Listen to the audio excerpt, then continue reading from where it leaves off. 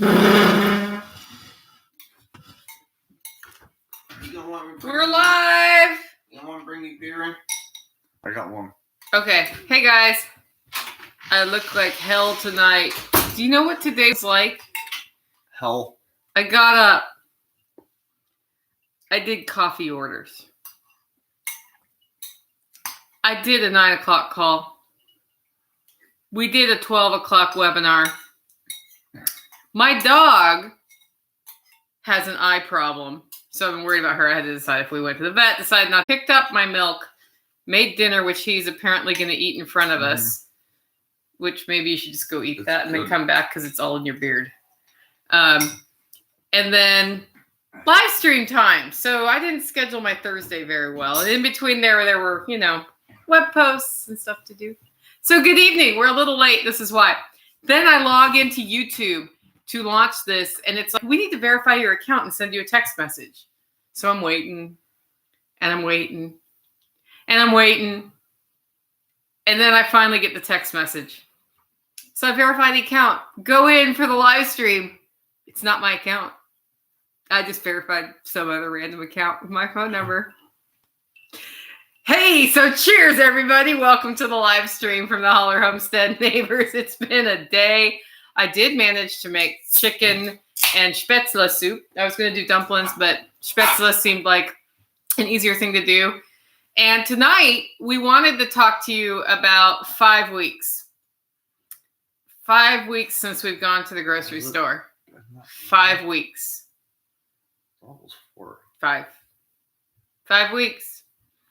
And after 5 weeks, I haven't stayed on keto because what I have stored is not geared for keto, unless I just eat steak every day and that's it. And that's not kind of like what I'm trying to do nutritionally. So after 5 weeks, what are the things you miss most? Squash and peppers. That's what you miss. I miss pizza and Chinese food. What do you miss most? Blue cat. You're my white cat. That's Mortimer. Mortimer. What do you miss? Come here, Mortimer. I don't know. I know I definitely missed the beer. Miss the beer? What miss do you... By the way, we can't do a live stream without Pat showing up and the dogs barking in the middle of it. It's just a thing that happens. Leave it. What's the cocktail of the evening? Moonshine! It's actually, this is tequila and lemon with some ice. It's as close to keto as I'm going to get. Here's Pat. This is the official bourbon of the Holler Homestead. This is... Okay. Anyway, so what do you miss the most?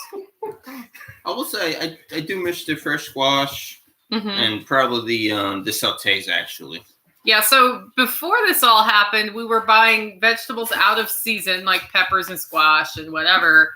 Zucchini, right? Zucchini, broccoli, all sorts of stuff. I mean, it's broccoli season right now, but I don't know where to get any. And doing big sautés. And now the sautés are like wild greens that I find and greens that we grow and watercress and onions, which I had stored. We just used our last onion. But here's the deal. My neighbor went to the store. And he sent a text and said, what do you want? So what we have now, like some people, it's like, wow, I can have anything at the store. What am I going to get? I'm going to get a pint of ice cream. Snickers. Or Snickers. Or Doritos. What'd you get? Peppers. What'd I get? Squash and bologna. And pepperoni. I looked for squash. They didn't have any. And what'd you get? Shampoo. And beer. So, and beer. And then, of Lots course, of beer. So the deal, here's what we've learned, is that these two drink a lot of beer and they don't store a lot of beer. And so they've started making beer. What do you want to buy a pallet? I don't know. It's your beer. That might not be Your a bad idea. responsibility. But the point is, like, to just lock in for 5 weeks, they're not prepared to beer themselves. And that is something we've learned. So they've started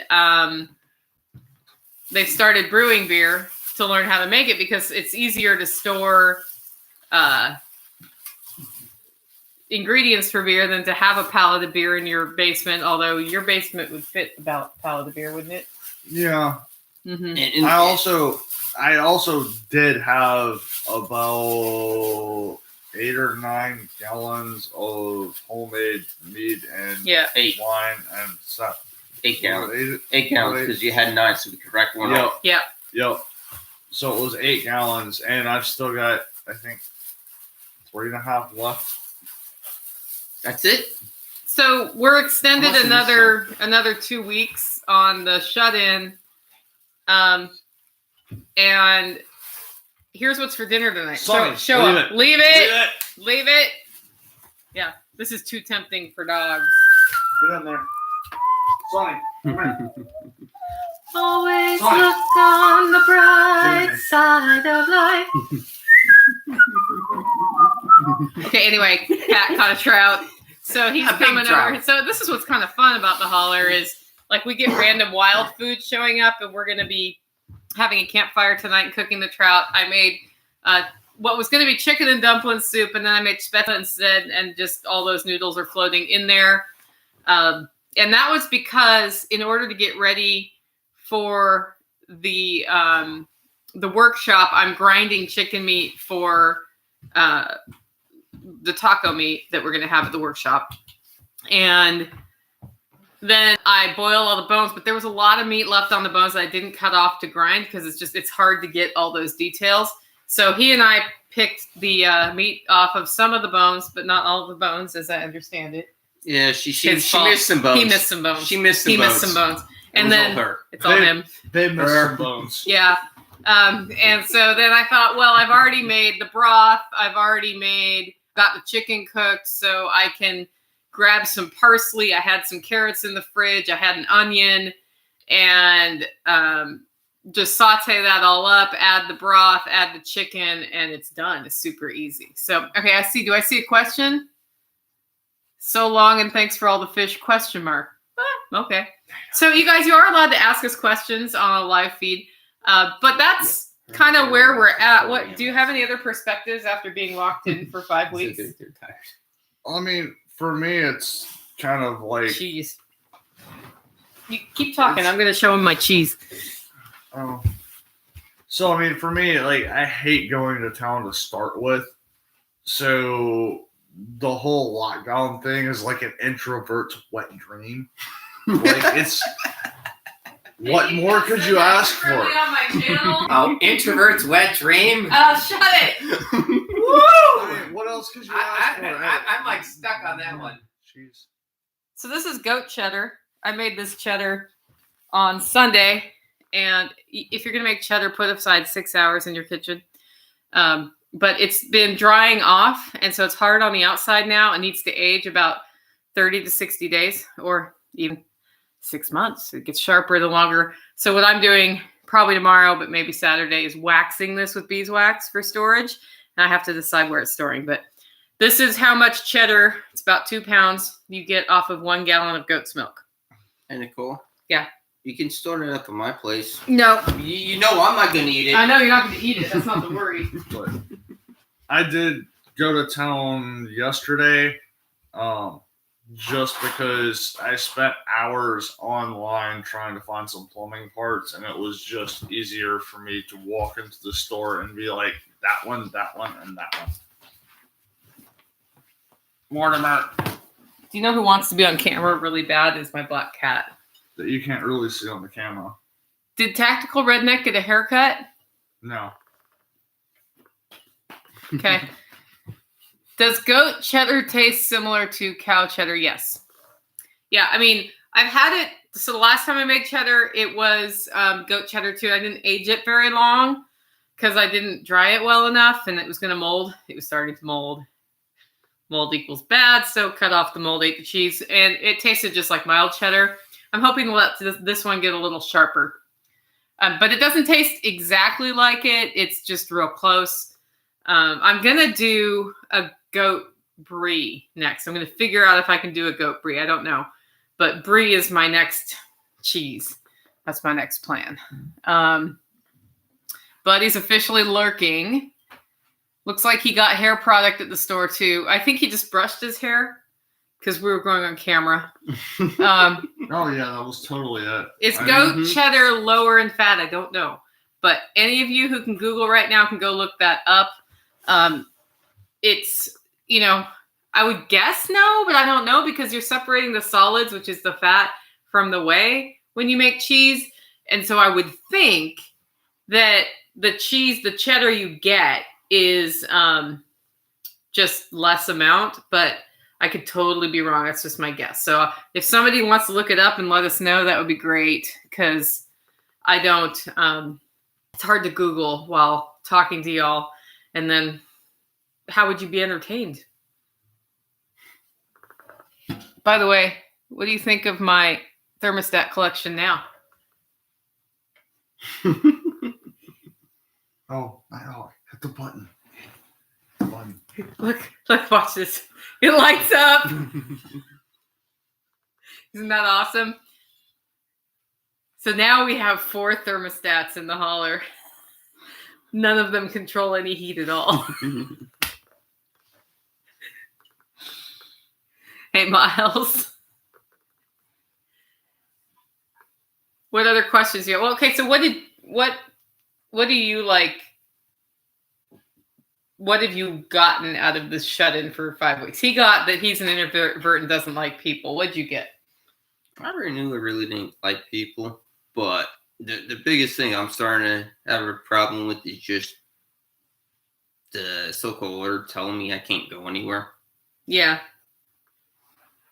I mean, other than running to the vet for that stupid dog the last week, it's probably, a month since I left? It's been a long time. Yeah. Yeah, he told me when he finishes this barn project he's working on, he's out of here. I don't know where he's going, but he's out of here. So put a frame around them and they will become art. Yes. 3 of these are actually hooked up to wires. And then we've just decided to start adding thermostats because y'all thought it was funny. I had 3 thermostats the other day. I've never noticed. Very interesting. We happen to have a spare laying around. If anyone needs a thermostat, well, that one's broken, except for it lights up. So, yeah. Try living in Michigan, yeah. Crystal, do we need to mail you seeds or plants? Oh, we can totally do that. Yeah, Jenny says that's been her problem, not being able to go anywhere. He has a couple like that. Brian's going to bring a couple. We may just have a wall of thermostats here by the end of all of this. So, Nicole, I planted microgreens today. Thanks for the inspiration. Cool. I actually have started another video of broccoli and arugula microgreens. I'm growing them on paper towels. So we're going to see how that goes today. So I soaked them overnight, and then yesterday in the morning, I spread them out on paper towels in a tray and then put another tray upside down on them. And arugula and broccoli don't need weight on top of them, so they just need dark. And then this morning I looked, and they had germinated. So we'll see how that goes. I believe they are a 7 to 10 day product. So we'll see. And I'm taking a little bit of video throughout the week of those so I can put together an informational video of how to do it with paper towels. If it works. If it doesn't work, I'll put together an informational video about why you should not do that. But I saw Nikki O, who's also a YouTuber, do it with broccoli. And I thought, well, I wonder if it works with arugula too. So I thought I'd check that out too. Couple of you are in Michigan. Yeah. So something Miles has noticed is that things are taking longer to arrive. Yeah, I ordered yesterday. So I order cat litter about once a month, and I don't keep a big supply on hand, and it's time. And it usually takes a week to get here. I ordered cat litter yesterday, and in order to make the order over $35 for free shipping, I added motor oil to it because he needs motor oil. Motor oil is going to be here like tomorrow. Cat litter. This will order on tomorrow. I mean, I don't need it yet. I've got about another week, but if it's not here by then the cats are going to start using something besides cat litter in the litter box. So Home Depot and Lowe's is known by name. I pretty much go okay. Got seeds for arugula broccoli today. I'll look for the video. Cool. Yeah, I mean, now that you know what I've done, you can try it on a paper towel too and make a video. We could have dueling videos. Yeah, I broke a rib a couple of weeks back, and like the last time Lowe's showed up for delivery, like 2 weeks ago, they asked me how my ribs were. Yeah, Lowe's has been here a lot. They've been installing hydroponics in front of the house, so we'll be doing some video on that too. Did you have an inventory pre-lockdown to know the amounts of food out? What do you mean, Jenny? Like an inventory of food here, so I knew how much food to get? We had a lot of food We here had a lot of for food here. people, not for animals. I actually probably could have gone a year without adding food. It's just we would have gotten really bored. And so, like, tomorrow, I think, sometime in the next few days, I'm going to take homemade mozzarella cheese I made, homemade ricotta cheese I made, squash that he got at the store, some meat that I spice up, and some homemade tomato sauce. And I'm making lasagna. I'll be eating That's elsewhere. legit. Yeah. I can make you your own cheeseless sad lasagna. Okay, that works.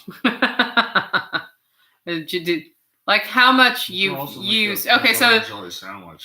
Jenny's wondering how much was used. I can't use bag words. What happened Right now. after shutdown, Jenny, or after we decided not to leave, is that we started using different amounts of food than we had before because we weren't bringing anything in from outside. So rice, for example, went up to 2 cups of rice a week, that dry rice that get used. And that was up from 1 cup. So I sort of knew how much we used every week because I would resupply things like the fresh vegetables and whatnot. And I knew that I had to get a 20-pound bag of rice every 3 to 6 months. And that, like, the rice intake doubled. Other things, it's been pretty much consistent. So it just depended on, I think, because nobody's eating out at all, and we're not bringing in any fresh vegetables from the store. It changed how we were using our dry goods a little bit.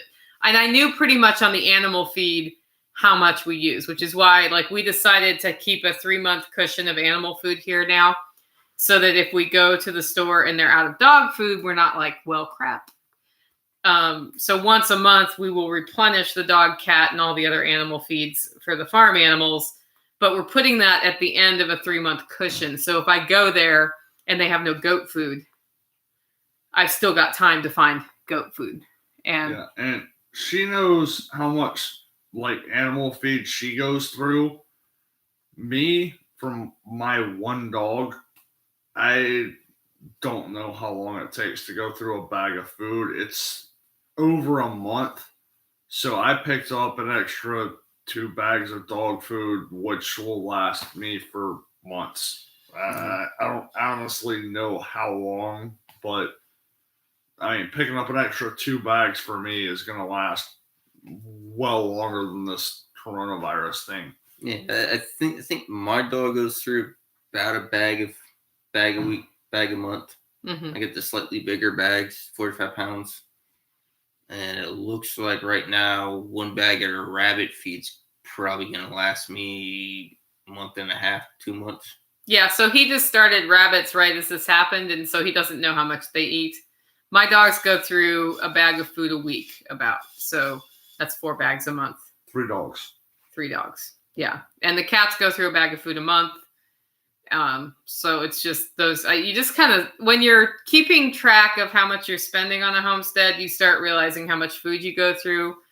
The other thing we haven't implemented yet is looking at fermenting some of the chicken feed and the pig. Well, we are fermenting the pig food. And that can make it extend longer because it's more nutritionally available. So we'll see. I have a question here. Sorry, I have to, like, the words are this big. Crystal said they got baby wipes on schedule and they stopped and then they eventually showed up. Wild chives. Yeah, we have so many like green oniony things. I don't need to look for wild chives, but wild garlic is something I really like to eat. Yep. Do you have any fruit products stored, canned or dried? So we don't eat very much fruit, but yes, I have frozen blueberries. I have canned peaches, and I don't have anything dried right now. I have frozen blueberries. He has frozen blueberries too. So I haven't missed fruit at all during this thing. Have you? A little bit. A little bit. You can get to the peaches anytime. Absolutely. I eat so much fruit. See all those jars of peaches up there? I love fruit I didn't realize they were up there. See, there's all these peaches up there. because I'm kind of fruity. About 12 jars. He loves, so Island Mountain Pat loves fruit because he is a fruit. That's what he told us. I'm a fruit cake. Brian asks if I can meat. I rarely can meat. I can soup and I can stock. And I don't can meat. I freeze it because I like the way it tastes frozen. It like thawed. I mean, not like when it's frozen, but you know what I mean. And if I had a problem though, where the freezer's broke, I would can all the meat. It wouldn't take that long. I have canned meat, but I contingency plan. yeah, but I just it's not how I prefer to store it. Other people love canned meat. I don't hate it. I just prefer a steak like medium rare after it's defrosted. Still mooing. Still mooing, not quite. Do you have plans to freeze peppers and squash for the future? That's a good question. I have frozen squash in the past, and I've not used it. And so I stopped keeping frozen squash. I'm not sure, because once you freeze squash, it's just kind of, the consistency is mushy. And that's not as good in the stir fry. So I don't know if I'll do it. We do store winter squash. So we've started eating more winter squash. Like butternut squash. I had a Q-Shaw squash. Is that real big one? That was that real big one. Patrick from MT Knives left this giant pumpkin. We ate that. So what I would say is if you're eating seasonally and not supplementing with summer squash when it's out of season, which I just like the taste of, you may end up eating a different thing. I mean, you can store winter squash at room temperature for 8, 9, 10 months. No problem. I still got them from last October in my kitchen, and they're fine. Can you dehydrate them? You can dehydrate them, but again, it's going to change the character of the squash. So I don't think I'll freeze the squash. I might freeze peppers if we get a good harvest. It just depends on the harvest. I've never ended up with too many peppers at the end of the summer. I end up with Hatch green chilies canned, and a lot of that goes into salsa. I make a lot of salsa, but that's about it. Rabbits will eat grass and radish greens, and they love parsley. Fermented hog feed equals probiotics. Yeah, it also we're giving her corn that's fermented. Not a shutdown question, so please ignore if not appropriate. But what sort of predators do you deal with here? Raccoons and possums are probably the biggest. Yeah, the raccoons and the possums are the biggest impact on the chickens. Plus the birds. And then owls. I've had some owl and hawk pressure, but not much since I taught the dogs to bark and chase birds in the sky. Snakes, not so. We get snakes in the coop, but they eat the eggs, not the chickens. So when that happens... in fact, I don't know what happened. My ducks stopped laying eggs, and then I saw a hole about this big in the side of the wall. I was like, maybe a snake's getting in and eating the eggs and leaving before I come out in the morning. So he plugged the hole, but we also put the ducks in duck lockdown, where they had a yard outside with a pool, but they couldn't go free range for a few days, and they started laying eggs. So I don't know if they were stressed out by something or what, or if a snake was getting in there and we took care of the snake. If what I've heard is that if there's a predator nearby, like coyotes or foxes, they'll stop laying even though they're in a coop because they can sense it. And we have had coyotes closer than I like them to be in the last few weeks based on coyote poop I found on the road. There was also a decent weather shift. Yeah. And that could have been a factor. We discussed whether or not it was possibly a bad bag of feed, like the protein content wasn't sufficient enough. And then also tapping into the predator thing, like the only other thing that I've seen around is, well, haven't actually seen, but is coyotes. And usually if I hear a coyote, I pop a round off in a general direction and it goes away. Yeah. The one other thing that I have seen around here is a bobcat. Yeah, we do get bobcats. They're real shy. They're real shy. No bears. They do not like dogs chasing No them. pigs, except for that one pig that moved in that one time. But But on a side note, first day we put the ducks in duck jail. They came down the ramp, took a look. What the heck is this? We can't get out. back in the duck coop. Back in. We'll come back out. What is this? Back in the coop. Back out. It's still here. It's like they thought if they went in the coop and came back out, their world would change. Me and Tackle, we sat there for what? Good half an hour just watching yeah. them go back in and back out like it was going to change. I don't think I posted the video, but I do have video of it. Oh, you should post that Yeah. then. Yeah. Any other questions, guys, or comments? How are you all doing in all this shutdown stuff? It's crazy. You doing okay?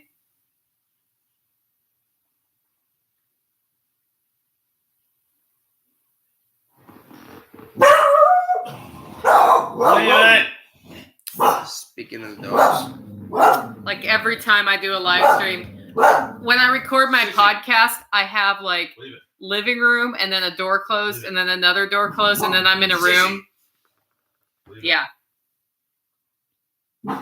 You got your second. Brian, are you gonna like never go to a grocery store again after all this because you now know you can ship everything? Rose is going stir crazy. Hat says, funny how comfy and cozy turns into confused and claustrophobic. Doing okay, overwhelmed at times. Just saw they're going to open some beaches in Florida. Not one close to me, but it's something. I'm good. Looking forward to it passing, though, and making great use of my time. Doing good here in New Hampshire. Need female energy, so Crystal has too many boys in her house. Brian likes it, but he's only been in shutdown for like 4 days. Josh says he was social distancing for the last 9 years. Yeah, I mean, I've been social distancing for 20 years. Mark says tired, stay at home equals wife begging out the honey-do list. Yeah, a lot of people are getting a lot done, and that's good. And it's a good time to get stuff done.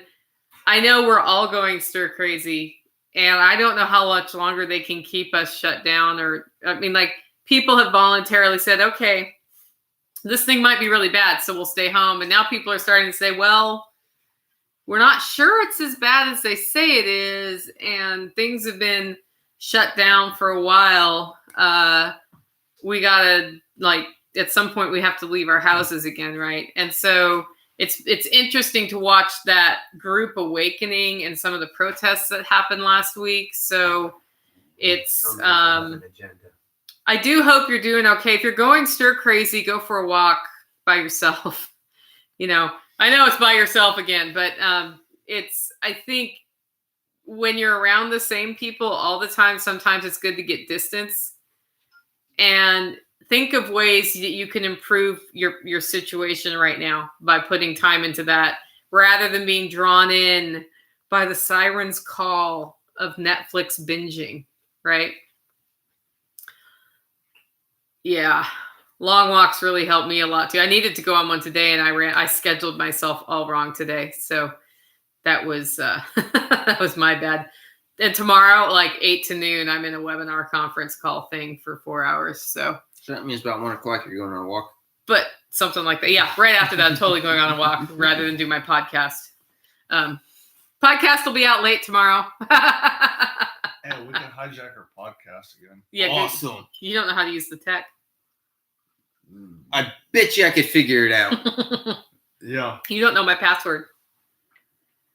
I bet you could figure out the tech.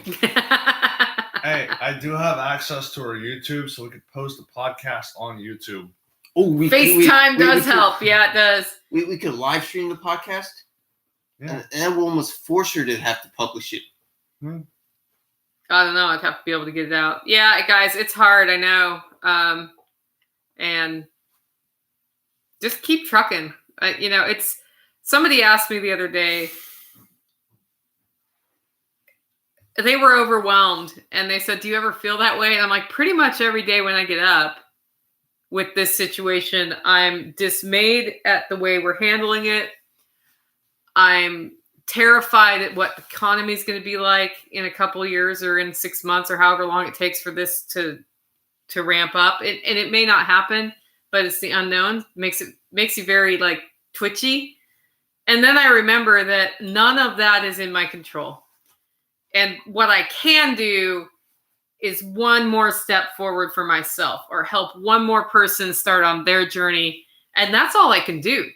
And so I try really hard to take mental breaks during the day, like by taking a walk by myself or a walk. Sometimes these two come with me on a walk and just like refocus, because it doesn't help us to be in a place of fear during this time. It helps us to be proactive and move forward with a mission as best we can. Because, like I was talking to some people on the phone and they were talking about what do we do with our business in light of COVID? Good question. What do you want to do with your business if COVID isn't happening was what we talked about. And they talked about that and explained. And then I said, okay, now with COVID in mind, what changes? And the answer was a little bit, but not very much. And every business, that's a different answer. Some are much more impacted by it than others. Like Chef Brett launched a restaurant last month. Now it's a takeout place. He's doing meals for pickup. And that's what he has to do. And that's not ideal.